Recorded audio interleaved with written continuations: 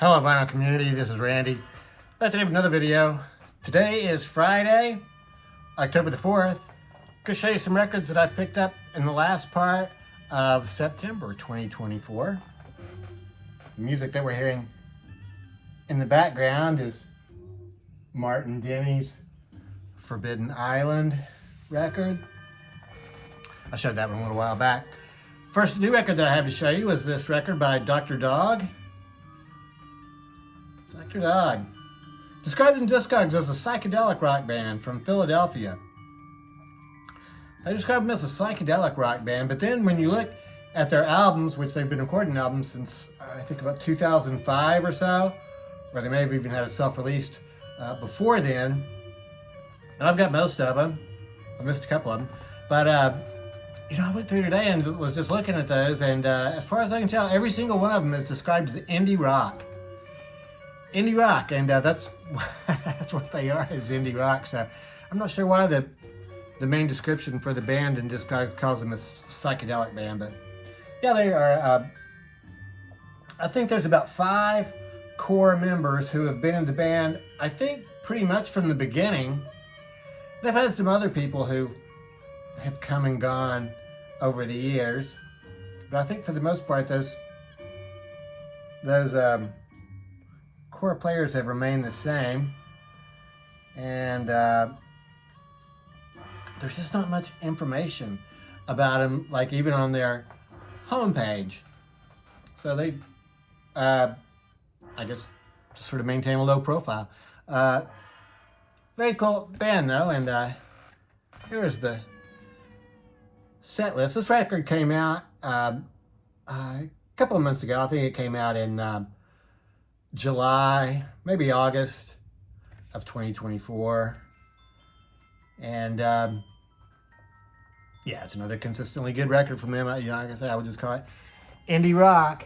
So yeah, very cool. Came in this cool green inner sleeve, and the label is actually also very cool. I'm not sure if you can see that. It's got a dog on it. The record company is called We Buy Gold Records, and it tells me down here at the bottom that they have achieved the maximum fidelity achievable. So yeah, it's a good record. This delicious black vinyl. I went to Phonolux last weekend and traded in 5 records and came home with 11 records, which is really cool. I haven't even listened to all of them yet. But I'm going to show you a couple, maybe just one that I picked up there that day. So just excellent. I mean, this is my find of the year. This might be my favorite record of the year, except it came out in 1974. This is Caravan, for girls who grow plump in the night. Caravan. Caravan is a British progressive or psychedelic rock band, and I would call it more progressive than anything. And this is I think this is their 5th album. They had their first album, and then they had one called If I Could Do It All Over Again, I Would Do It All Over You, which I have that one. It's fantastic. Also has a fantastic cover. And then they have another album called In the Land of Pink and Gray, which I think is the most widely acclaimed critically. Which I have that one too. That one's good. But to me, this is the favorite. I mean, this is just really outstanding. So just really good singing and playing. The very first song on side 2, The Dog, He's At It Again, is just really wonderful. And maybe I'll do a short needle drop on that at the end of the video. I won't play it all because it's a really long song, but maybe I'll just play a minute or two of that at the end. So yeah, Caravan from England in 1974. There were a couple brothers in the band, and then another guy named Pi Hastings, who was the guitarist, and I assume this must be him right here, the guitarist and lead vocalist. By the time this album, there were 2 brothers who played keyboards and bass, and I think that they are both still here for this one. It's a little bit confusing. and Discogs, and they really don't list all the members here. I think it was recorded over a period of time, and there may have been some changes going on. Oh, let's see, here's the actual listing though. So, yeah, it's still the original band. David Sinclair is still there on organ and piano, but it looks like his brother is no longer there, and they picked up John G. Perry to play bass. So, really good record for girls who grow plump in the night. Yeah, that is on London Records. So yeah, I was really happy to find that one there at Phonolux. I got another record that falls into the, well, I would call this a very comparable band, Fairfield Parlour. This is the band that had previously been known as Kaleidoscope. I showed one of their records a couple of weeks ago. And they changed their name after their first two albums to Fairfield Parlour. And they also switched record labels. Here's the inside of this sleeve. There are actually, I mean, it's kind of hard to see, but there are some shadowy figures back in there.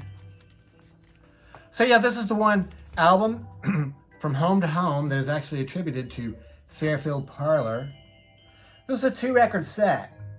So the first record is the album that was released, I think, and then side B, I think, is some unreleased stuff that was put together and added to this Get Back record. This is a Get Back recording from 2010. And it sounds really good. This Fairfield Parlour record, they really do become more progressive, and they have very much that Baroque sound. It just sounds totally English and very well produced. And I really like this one. I think I actually like this one better than the two Kaleidoscope records. It's really good, but all of them are just so excellent. It's hard to compare. It came with these inner sleeves. Picture of the band there, that's more like when they were Kaleidoscope. It looks like that's from the same photo session as the Tangerine Dream album cover. And then here is a history of the band here. So this tells all about their trials and tribulations. They were signed by a record company, and I guess the record company thought they were really going to be huge. They really gave them a lot of studio time and everything, but for some reason, they never had a hit. So finally gave it up after a while, but I'm glad all the records are still available, so all really outstanding. I've gotten some compilation albums. I've got a lot of compilation albums over the past couple of years, and now I've been getting some from this Numero Group, which I'm not exactly sure when I heard of them for the first time, but I've gotten several of their compilations recently. They make fantastic compilations. It seems to be some garage rock aficionados who really have deep collections. There are 16 songs on this. Soft Summer Breezes is the name of this compilation. And it's sort of like a yacht rock type thing. These are softer, slower songs, but they're still classified as psychedelic. The bands on here are, for the most part, bands I've never heard of. The Giant Crab does soft, and I had heard of them before. I think I've seen their records shown in vinyl community videos. And then the very last band is the New Colony 6, and they had several minor hit records in the 1960s. But other than that, these bands are, well, Margot Gorian has a song called Can You Tell? I'd heard of her. She has a song called Sunday Morning, I think. But other than that, I don't think I've ever heard of any of these bands, so I'm not sure if you can read that or not. But I was looking at these bands in Discogs, and for the most part, these, well, maybe not for the most part, but some of these songs aren't even available anywhere except on this record. So I guess they made tapes of them back in the day, but for some reason they never got released. Others are just 45s, they're not even attached to whole albums. And there's no insert. There's nothing to tell you anything about these bands. I think that might be because there really is not much known about a lot of these bands. Some of the ones, though, that were released, there were not many of them made at all, and a couple of them have really high dollar values for the 45 and Discogs. Came with this cool inner sleeve. I mean, really, just fantastic inner sleeve. And then other records that Numero Group is selling there on the back. The alternate history of popular music. So yeah, like I say, they evidently have some really deep crates of obscure music, and they go into it and find them. So these compilations, I think they are doing good work for us. I really appreciate it. This is on this extremely cool looking yellow vinyl. Numero Group. There was another record by Numero Group that I got. This one is called Acid Nightmares. This one that came out for the first time in, I think it was maybe it was like 2010 or 2015 Record Store Day. It's been reissued several times on vinyl. It's been issued once on CD, but a lot of times on vinyl, always on colored vinyl. It looks like there's one black vinyl version of it. And this is a 2-record compilation by Numero Group. This is just absolutely fantastic. Everything about it is great. I mean, I think the inside art is absolutely great. The art on the outside is even better. It's just got cool things like this guy is behind bars, but it's just kind of floating there in space, and these people leaning on each other. So this is Acid Nightmares, and once again, Numero Group has gone deep into some crates to just get some really obscure records. It's very much like the Soft Summer Breezes. Some of these were not even released at all. They're only available on here. Others were released as singles and are really expensive. And then a few of them are actually from whole entire albums. And this came with this extremely cool insert. It looks like the guy on the front on the motorcycle had a wreck, and this woman is comforting him. So this tells sort of the story of what the concept of the album is, and then in here they've got the story of each band. So a lot more information with this record than there was with the Soft Summer Breezes. And I was reading about the people who compiled this and wrote these articles, and these are all people who were like in bands and things themselves. They are, they're music lovers themselves. So I'm not sure what's going on in the back of it there. It looks like there's almost something you could see there. So yeah, these are Acid Nightmares. These are, I would call this hard and heavy music. This is not really, well, I mean, I guess it has some elements of psychedelia to it, but mostly this is hard and heavy. And yeah, very much like, gosh, I don't know, maybe like, well, Deep Purple or, Grand Funk Railroad, but, I think actually much heavier than that. And maybe like Atomic Rooster or something. And the only thing I don't like about it is that the songs are not listed anywhere on the cover or on the inner sleeves. They are just, and actually the names of the songs aren't even really necessarily listed here. There's not like a track listing in this book anyway. It's got pictures of what the 45 RPM sleeves look like. But to know what song you're listening to, you sort of have to keep up with it as it goes along in the book. So yeah, really cool. But all these bands have stories, and all these songs are like, well, Acid Nightmares. These are like drug-oriented songs, and most of them are not pleasant experiences. They're, they're pretty, they're Acid Nightmares, I guess. So came on this, they called it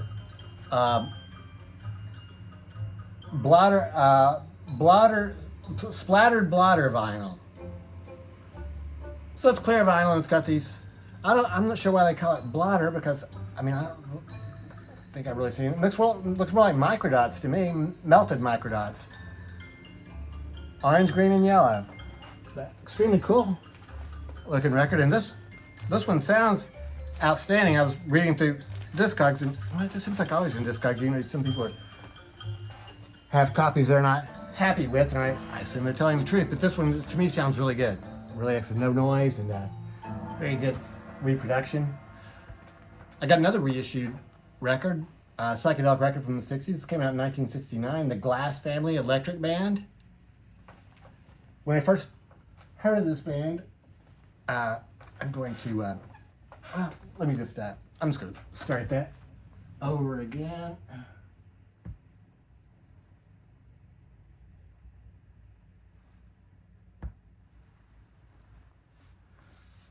Yeah, when I first heard this band, the Glass Family, I thought maybe it had something to do with J.D. Salinger. J.D. Salinger, the guy who wrote Catcher in the Rye, and you know, a couple of books about the Glass family out there, Franny and Zoe, but it doesn't have anything to do with that. Maybe that is where they took the name, but there's no songs, or I don't see anything about that in the history of the band. They released this one record called Electric Band in 1969 on Warner Brothers, but before they recorded that one, they had recorded another one, which Warner Brothers rejected. So in this 2-record compilation, we get both of the records. So the original one, the one that didn't get released, is over here, and here's the one that was released. And they really sound very different. Very different. They're both, you know, sort of psychedelic sounding. They have like a sort of a San Francisco sound. They're kind of all over the place. None of it really is very psychedelic sounding, and some of it's just any kind of interesting or just kind of weird subject matter for a song. Like there's a song about a woman whose husband doesn't have any interest in making love to her anymore, and she goes to the doctor. Anyway, it's sort of a slow song. It's sort of weird for a rock and roll song from the 60s, and maybe that's why it's one of the reasons this record didn't sell so well. But I would say that Warner Brothers made the right choice. I would say that the first record here, the second one they recorded, is better. I like it better than the second one, but they're both pretty good. They're both enjoyable. This one actually has grown on me quite a bit the more I've listened to it. So, yeah, the Glass Family. That came on a red label and a green label. Sort of modeling the Warner Brothers logo from back in the late 60s. Last record I have to show you is this Acid Test record. Ken Kesey and Kim Babs had an acid test at a recording studio there in San Francisco. The guy who owned the recording studio, I can't find his name here right now, but he talked to Ken and arranged him to come by there and bring his merry pranksters and just do what they do at an acid test. And he had a reporter from one of the San Francisco papers come there to join Ken and talk to him. And so there's some interviews and stuff with the guy talking to Ken Babs playing harmonica. It's kind of interesting, you know, it's mostly just spoken word, and this is supposed to be the kind of thing that people would hear at the acid test. And later on in the evening, the guy wanted the Grateful Dead, I guess, to come by, but they were playing at the Matrix that night. They came by like after midnight. Evidently, this went on for quite a few hours, and they condensed it all down to about 30 minutes for this record.